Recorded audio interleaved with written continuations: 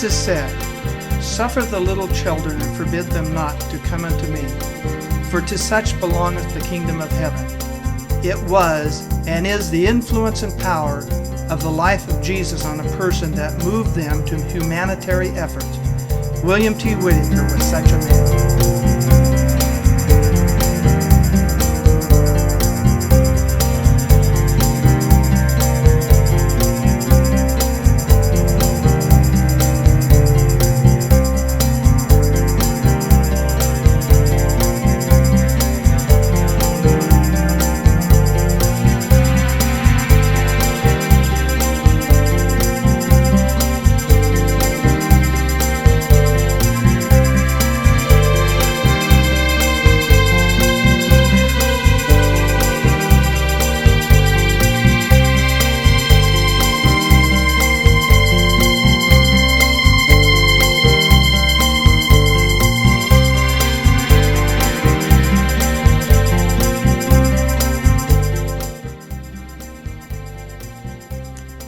William T. Whitaker and Miss Stacy L. Hood were married at Turtletown, North Carolina on April 25, 1875. They came by covered wagon across the Trail of Tears and settled in Indian Territory. They first went to Muskogee and then to Choteau, then in 1887 to Pryor Creek. This was the beginning of helping thousands of destitute white children. Suffer the children to come unto me. It was a calling William T. felt was from God.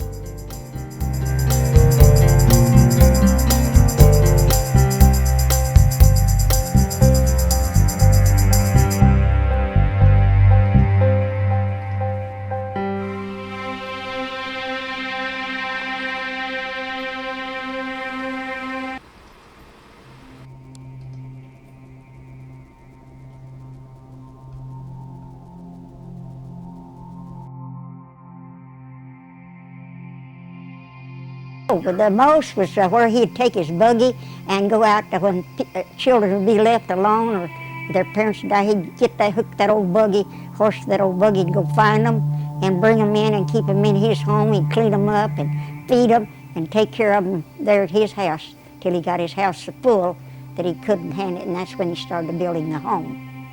And then in 1919, he got so many and it got so expensive he couldn't handle it anymore. So the state took it over in about 1919. But he was always going out hunting for children without homes. He always made sure that they said their prayers at night before they went to bed. That was the one thing he had in his mind. You say your prayers before you go to bed. Let me say here that whatever I may speak in memory of my grandfather will be done only with the thought that in the background was one whose spirit of devotion and sacrifice, encouragement and love helped to make this work successful. For I speak of my grandmother, Stacy L. Whitaker. Quote by Reverend James E. Whitaker. The forefathers of the Whitaker family have always borne an honorable name, and I hope that my descendants shall never dishonor this name.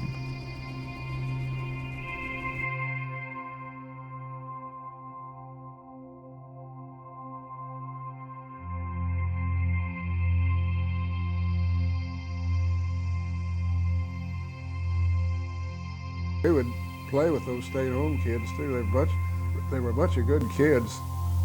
I never heard anything derogatory about any of them. They must have kept them pretty well under control.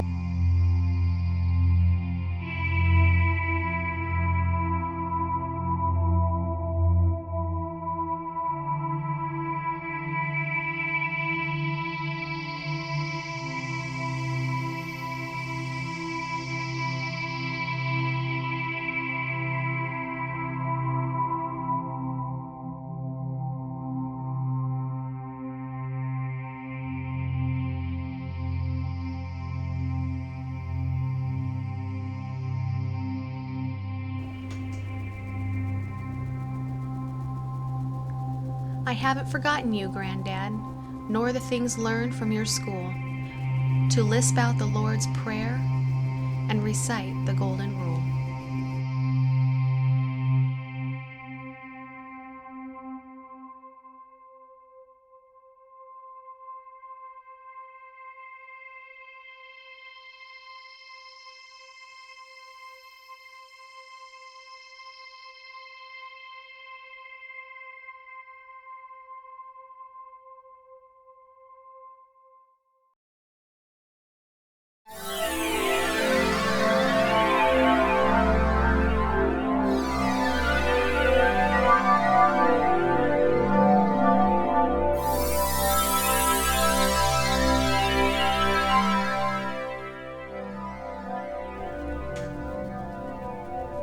One of my boyhood memories of him is that of seeing him sitting by the window, reading his Bible.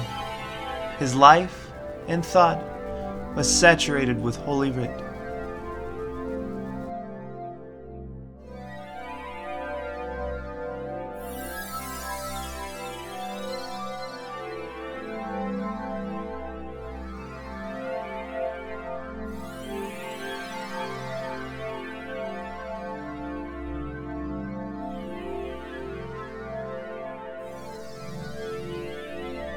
John 3:16 was our one that we said every night.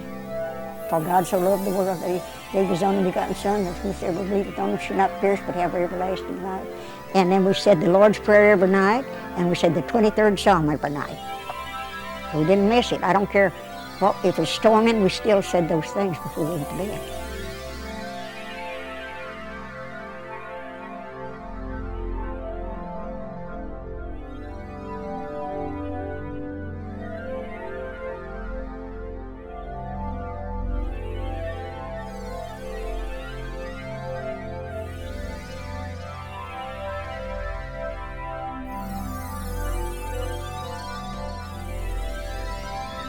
Read the writings of William T. Whitaker, and you will see that he was interested in lives, in personalities, in individuals, not in buildings. The greatest honor we could pay them, William T. and Stacy Whitaker, and the thing that would bring greatest joy to their hearts, is for us to say, Lord, not my will, but thine be done.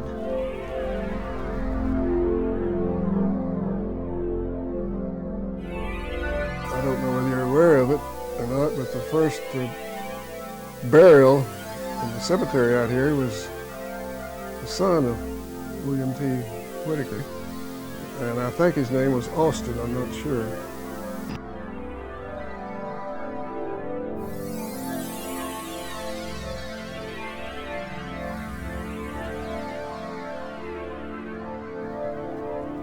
Mr. and Mrs. W.T. Whitaker lost a baby son. He died when he was 2 years old, 1894, with scarlet and brain fever.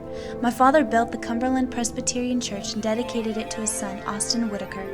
My father gave the property to the Cumberland Presbyterian Church. You know the institution, but you don't know the man. And you know all of the results from the institution. You know the children that went to the institution. They're here, they live here. A lot of them stayed here, married here, have families here, and they speak well of their life at the home. I hope that all lovers of poor orphans will not pay any attention to Satan, for you know that Satan never did try to stop his own work. This ought to be proof to you that this work is God's work.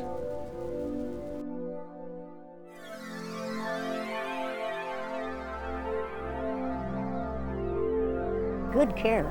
We had wholesome food, we were kept clean, and we made sure that we had an education and that we had religious bringing up.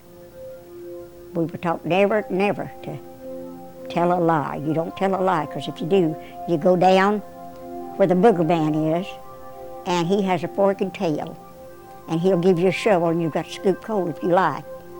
So we didn't lie. And then, that made me think, we had to take a nap every afternoon so the poor matron couldn't rest, and there was a mulberry tree out there at the back. It had mulberries that long, this looking at that. So one day when we got up from our nap, she said, now every one of you can go out there and you can eat 2 mulberries, but no more. I don't want anybody eating anything. Well, of course, so when we got back, she lined us up. She said, now everybody that ate more than 2, you get over here in this line.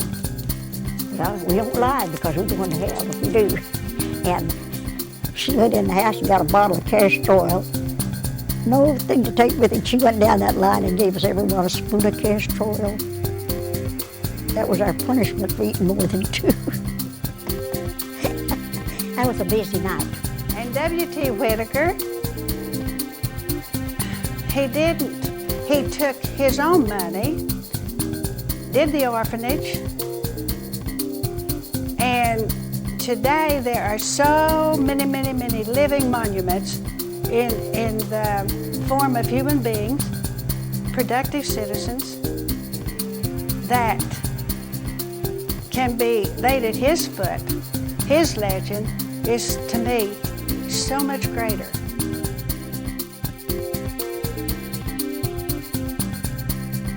Mr. Whitaker lived in the words of the poet.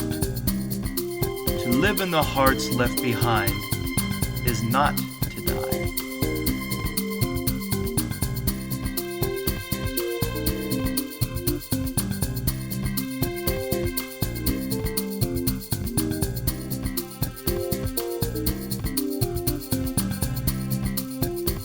I only know the history of the home, and the home is Mr. Whitaker. Oh, there's a lot of funny ones. But our floors were so shiny that you didn't have to have a mirror. You could see yourself. We kept them that you. We had what we call a buffer about this long, about this big square, had a handle with rags on it. And we washed them out every so often, put them on the radiators to dry. We had radiators in the building. And one night I was the 8th grade, got home from study hall, soon in high school, and my friend, well, our bed's just about this far apart, and I got one of those sacks and put it in Wahila's bed, and when she came in and jumped in bed, she hit that cold sack. She let out a war whoop, and here came Miss Underwood in there. She said, "Who did that?" Nobody said anything. Pretty soon I saw them all looking at me, and I knew. She said, "Well, all of you can just miss the show Saturday night." I was fessed up, because I knew they'd kill me if anybody missed it. But that was so funny. Everybody got so tickled. They wanted to laugh, but they didn't dare because they got in trouble. But we had a lot of fun. We had our good times and bad times, but we had a lot of fun. My understanding, William T. Whitaker had a lot of influence and put it in the first school.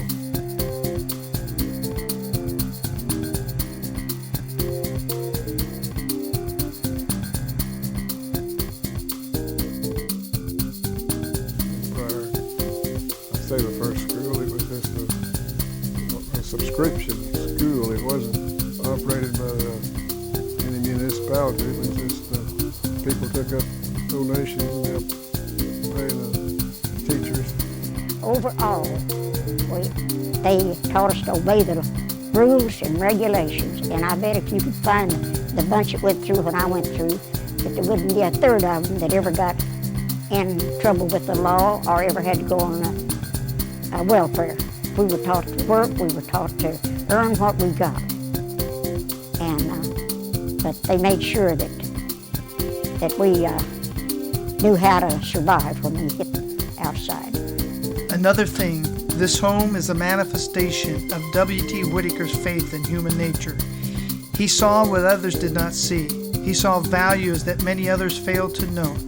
To him, it made a difference whether this little boy or that little girl had a home, good things to eat, something to wear. Why? Because they were going to grow up and be citizens of our land, in places of prominence, running our government, conducting our businesses, and the like. He wanted them to have the best chance possible.